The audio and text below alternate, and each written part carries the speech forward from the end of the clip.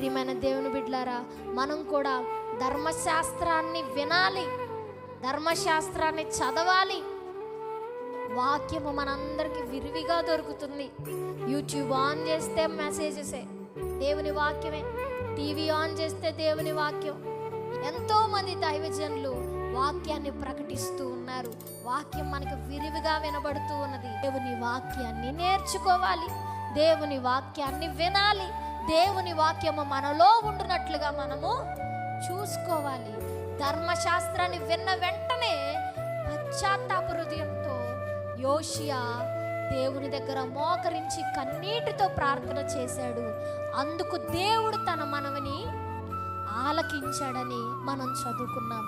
ఈరోజు దేవుని మాటలు వింటున్న ప్రియమైన దేవుని బిడ్డ, నీ జీవితాన్ని సరి చేసుకోకుండా నువ్వు 1,00,000 ప్రసంగాలన్నా వ్యర్థం. హల్లెలూయా.